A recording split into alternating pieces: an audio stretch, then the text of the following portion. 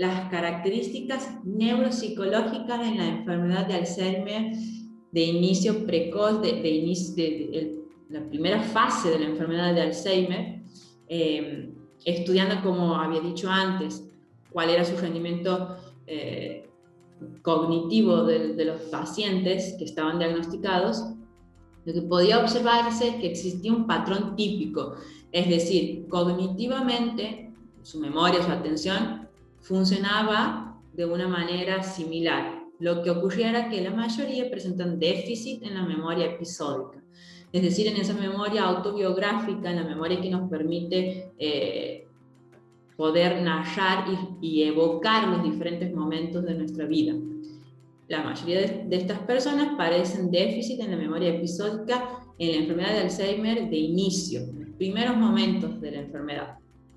Posteriormente ya se ven afectadas áreas de la atención, el lenguaje, la memoria semántica y la capacidad visoespacial. Sin embargo, también se observaba que había otro grupo de pacientes que presentaban un perfil atípico, es decir, en los estadios iniciales de la enfermedad no había falla en la memoria propiamente dicho, sino quizás fallas en el lenguaje a fase progresiva, es decir, la fase tiene que ver con una patología neurodegenerativa que afecta al lenguaje, disfunción visual progresiva, y esto tiene que ver con lo que decía al principio, y es que la sintomatología y los signos clínicos de la enfermedad de Alzheimer dependen de la coocurrencia de otras enfermedades, por ejemplo, de la enfermedad vascular, de la enfermedad cerebrovascular.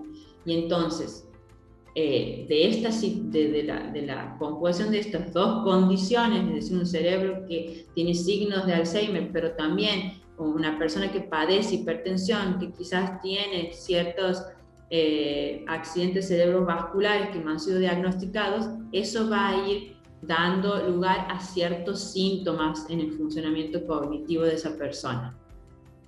Y aquí hay un dato muy importante que yo les mencionaba al inicio, y es que uno de los factores de riesgo es el nivel de escolaridad de una persona. ¿En qué sentido? En el sentido de su reserva cognitiva. El estado inicial de una región del cerebro puede influir en su susceptibilidad a la degeneración.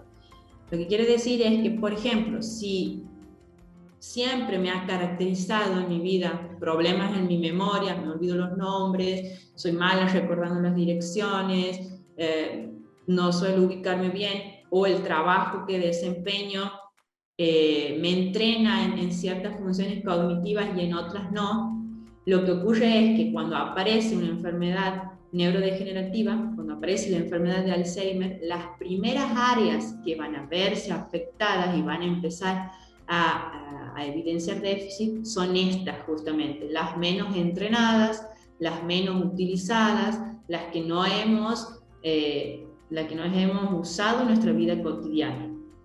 Eso también va a marcar el perfil cognitivo de la persona, cuál es su reserva cognitiva.